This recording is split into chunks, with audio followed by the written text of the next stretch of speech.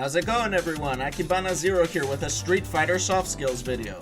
Last week we looked into holding our L's and embracing losing as a means to improve. This week I want to talk about a topic that is quite close to home with me. Rage!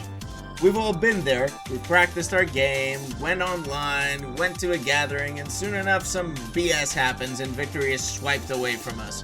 A familiar heat builds up inside us which later erupts into an explosion of anger and emotion.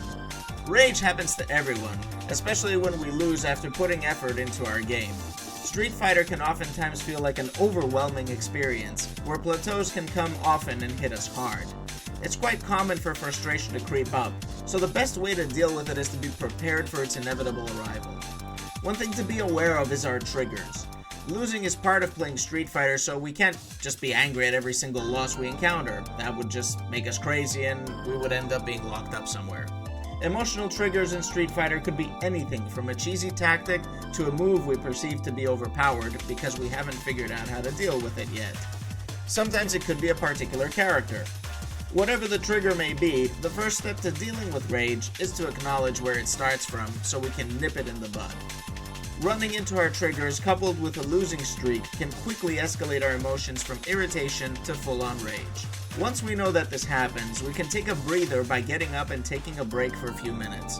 A drink of water, a few push-ups, or even Facebook, any of these small actions that is not Street Fighter will help bring our focus back to learning from our mistakes. When we get better at identifying and managing our frustration, we can start adding more constructive activities in between matches, such as watching our own replays and evaluating our game.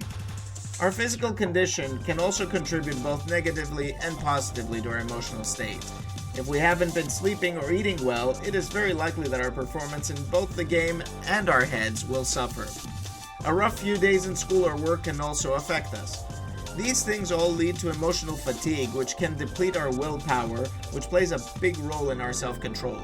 Taking a few days off from Street Fighter can help us recuperate some of that missing willpower. Finally, the most useful way to manage our emotions is by managing our expectations. Just because we trained a bit harder than usual one day doesn't mean we suddenly deserve more wins.